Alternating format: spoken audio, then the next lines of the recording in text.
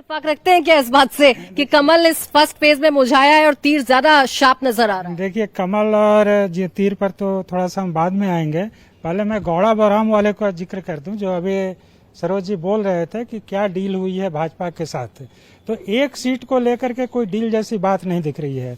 जैसा कि हम जानते हैं कि वहां पर मल्लाह वोट जो है वो उनसे आरजेडी से थोड़ा सा डिटैच था, तो उनको लग गया था कि अगर हम सहनी के भाई को देंगे तो यहाँ पर ये सीट निश्चित रूप से हम लूज करेंगे। लेकिन अगर हम मान लीजिए कि अफजल जी जो वहां पर उम्मीदवार हैं, तो कम से कम उनके साथ यादव वोट तो इंटैक्ट रहेगा, यादव मुस्लिम वोट तो उनके साथ जाएगा।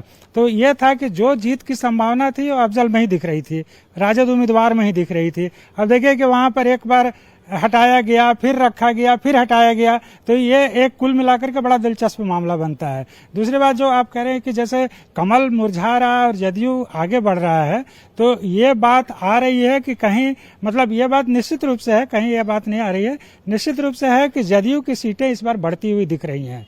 पिछली बार जहां वो 43 सीट पर सिमट गई थी, उसका फैक्टर दूसरे थे, चिराग पासवान थे, जो कि एक अलग तरीके से चुनाव लड़ रहे थे, अलग होकर के चुनाव लड़ रहे थे, और कई जगहों पर इस तरह से वोट काटे कि जदयू के उम्मीदवार हार गए। तो वो अभी एनडीए के ही फोल्ड में है, तो इस तरह से उस तरह का बंटवारा नहीं हो रहा है, होने वाला है। दूसरी बात की जो जनसुराज की जो उम्मीदवार हैं वो कुछ सीटों पर हैं, जैसा पटना में उन्होंने नाम लिया, कुम्हरार में किसी सिन्हा जो आए हैं, तो इस तरह के बहुत कम सीट ऐसी हैं जहां पर कि जनसुराज के उम्मीदवार प्रभावी दिख रहे हैं।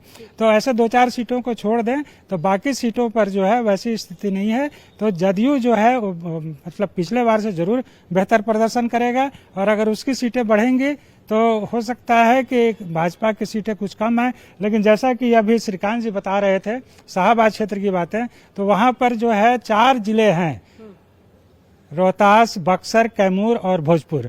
तो भोजपुर के 7 सीटों में से, भोजपुर जिले की 7 सीटों में से सिर्फ 2 सीटों पर भाजपा जीती थी, महागठबंधन जीता था।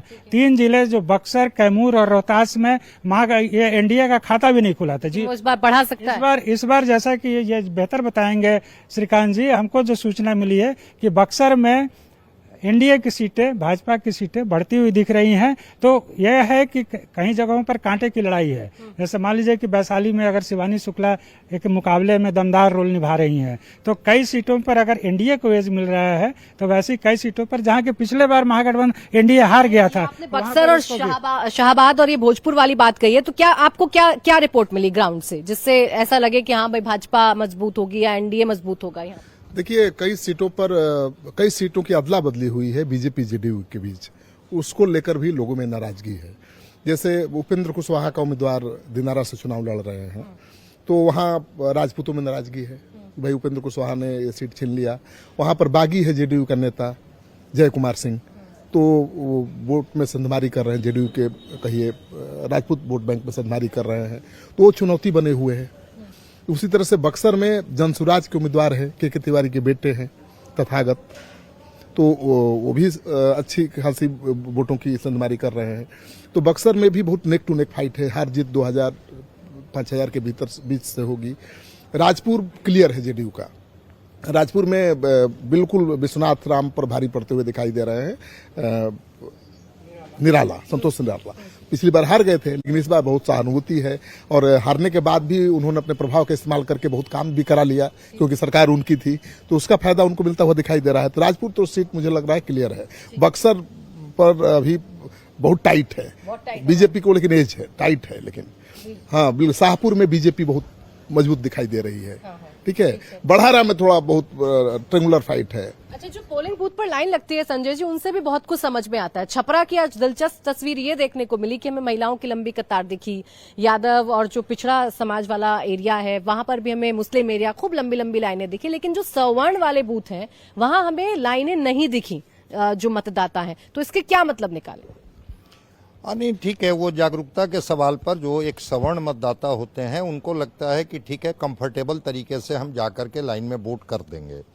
लेकिन अब इस तरह से तो बहुत मैंने नई चीज़ों को ऑब्जर्व किया है, लेकिन हाँ, जो महिला मतदाता और फर्स्ट टाइम वोटर, उनको मैंने देखा कि थोड़ा उनके अंदर में उत्साह था, और वो उत्साह जो था वो जो नीतीश कुमार के बारे में बार बार हम लोग कह रहे हैं कि वो जो 36% टीबीसी वोटर, और जो एक महिला कंस्टिट्यूएंसी जो नीतीश कुमार ने अपने से ये किया है, वो पूरी तरह से मुझे देखा कि काफी वो सक्रिय हैं। उनके चेहरे पर जो चमक दिखी, वो बात कर रहे थे। जब उनसे पूछा गया कि क्या विकास की रोशनी आप तक पहुंची है, महिलाओं से पूछा गया कि क्या वो राशि आपके खाते में आई, तो देखे कि हाँ, मेरे खाते में राशि आ गई है। हम और बेहतर चाहते हैं और हम चाहते हैं कि हमारी तरक्की हो। तो छपरा, सिवान, गोपालगंज की बात अगर हम लोग करें, जहां पर आप इशारा कर रही हैं, तो कई क्षेत्रों में अब ऐसा नहीं है। मैं आज देखा केंद्रीय मंत्री कभी रहे थे राजीव प्रताप रूढ़ी, अभी तो छपरा के एमपी हैं। अब उनकी बेटी कल आती है फ्लाइट से, आज सुबह में बोट करती है और फिर शाम में वो दोपहर की फ्लाइट से वो चली जाती है दिल्ली। हाई सुप्रीम कोर्ट में वो प्रैक्टिस करती है, वो प्रैक्टिस करने चली गई। ये जो उपस्थिति, ये प्रेजेंस जो हुआ है, इसको लेकर के मैंने देखा कि वो बताने की कोशिश कर रहे थे कि देखिए अब कितना एक्सेस हुआ है बिहार में, कि दिल्ली से लोग आकर के अपने गांव में वोट डाल करके और फिर वो दिल्ली पहुंच जा रहे हैं और अपना प्रैक्टिस में वो शामिल हो जा रहे हैं। तो ये मैं मानता हूं कि उपस्थिति मजबूत रही है। और जो आप निषाद समाज के बारे में पूछ रही थी, जरा मैं एक लाइन उसको एड ऑन कर देना चाहता हूं। निषाद समाज ट्रेडिशनली एनडीए के साथ रहा है। ठीक है, उनके नेता मुकेश सहनी हैं, उनको डिप्टी सीएम का उम्मीदवार बना दिया गया, इसलिए वो इंडिया गठबंधन के फोल्ड में चले गए हैं। लेकिन आज फारबिसगंज में प्रधानमंत्री ने भी अपने भाषण में इसका जिक्र किया कि ठीक है भाई, राम से आपको परहेज है, लेकिन अयोध्या में जाइए, निषाद का भी मंदिर है, शबरी का भी मंदिर है और वहां पर वाल्मीकि का मंदिर है।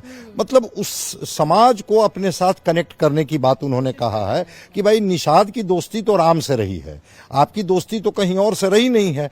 तो इसको कनेक्ट करके बताने की कोशिश कर रहे थे। लेकिन मुकेश सहनी की वजह से निषाद समाज छिटका है। निषाद समाज जो है वो मुकेश सहनी को नेता मान चुका है। उनके लीडरशिप के एस्टेब्लिशमेंट में मुझे कोई डाउट नहीं है, इसलिए उसका वोट फ्रैक्चर्ड होगा या मुकेश सहनी के साथ जाएगा। एक तस्वीर जो मैंने देखी, जो जिस सीट की मैं चर्चा भी करने जा रही थी, वो सीट है महुआ की सीट। बहुत लोग कह रहे थे कि तेज प्रताप के लिए मुश्किल है। तेजस्वी पहुंच गए, तेजस्वी ने प्रचार किया कि पार्टी बड़ी होती है, कोई नेता बड़ा नहीं होता है। आज जब मैं महुआ में घूमी तो महिला से लेकर, बुजुर्गों से लेकर, यादवों से लेकर और मुस्लिम, सब तेज प्रताप का नाम ले रहे थे। तेज प्रताप ने जो काम किया, मेडिकल कॉलेज, सब उसकी बात कर रहे थे। तो क्या तेज प्रताप की नैया यहां से पार हो जाएगी? तेज प्रताप का मजबूत होना ये बता रहा है कि वहां बीजेपी दो भाइयों की लड़ाई में सीट निकाल सकती है। देखिए, महुआ में बहुत पहले से हम देख रहे थे, पिछले 1 महीने पहले भी एक हमारी सहयोगी वहां गई थी और जब वो लोगों से बात कर रही थी तो उसको देखकर ये साफ तौर पे लग रहा था कि तेज प्रताप का वहां मेडिकल कॉलेज बनाना ये सबसे बड़ा मुद्दा वहां के लोगों के लिए था। सिर्फ और सिर्फ एक मुद्दा, जो मेडिकल कॉलेज है, उसकी चर्चा हर आदमी वहां करता है। और आज भी वहां आप गई थी तो आपको लोगों ने बताया होगा, उस मेडिकल कॉलेज की चर्चा हर कोई करता है।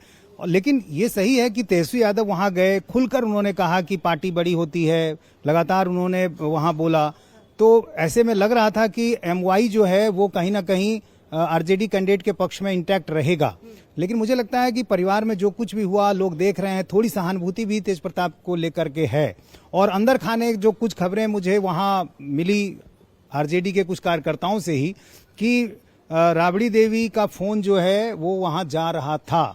ये पब्लिकली भले ना कहा गया हो पार्टी तो आशीर्वाद दिया ही सुबह सुबह दोनों बेटे। जब वोट डालने गई थी तो मैंने ही उनसे पूछा था कि भाई क्या आशीर्वाद दोनों बेटे को है, तो उन्होंने कहा कि हाँ, दोनों बेटों को मैं आशीर्वाद देती हूँ। तो परिवार देखिए निश्चित रूप से चाहता है, रोहिणी हो, मीसा हो, हर किसी ने कहा कि हम जीत का आशीर्वाद देते हैं, हम चाहते हैं कि वो भी अच्छा रहे, खुशी रहे। तो कहीं ना कहीं परिवार भी चाहता है और इस नाते मुझे लगता है कि अंदर खाने कहीं ना कहीं आरजेडी के संगठन में वहां कार्यकर्ताओं के बीच ये संदेश भिजवाया गया है, तभी आपको वहां पर इस तरह की तस्वीरें मिलेंगी। और बेहतर आप बता सकती हैं, आप वहां गई थी तो आपको क्या, किस तरह का लगा वहां?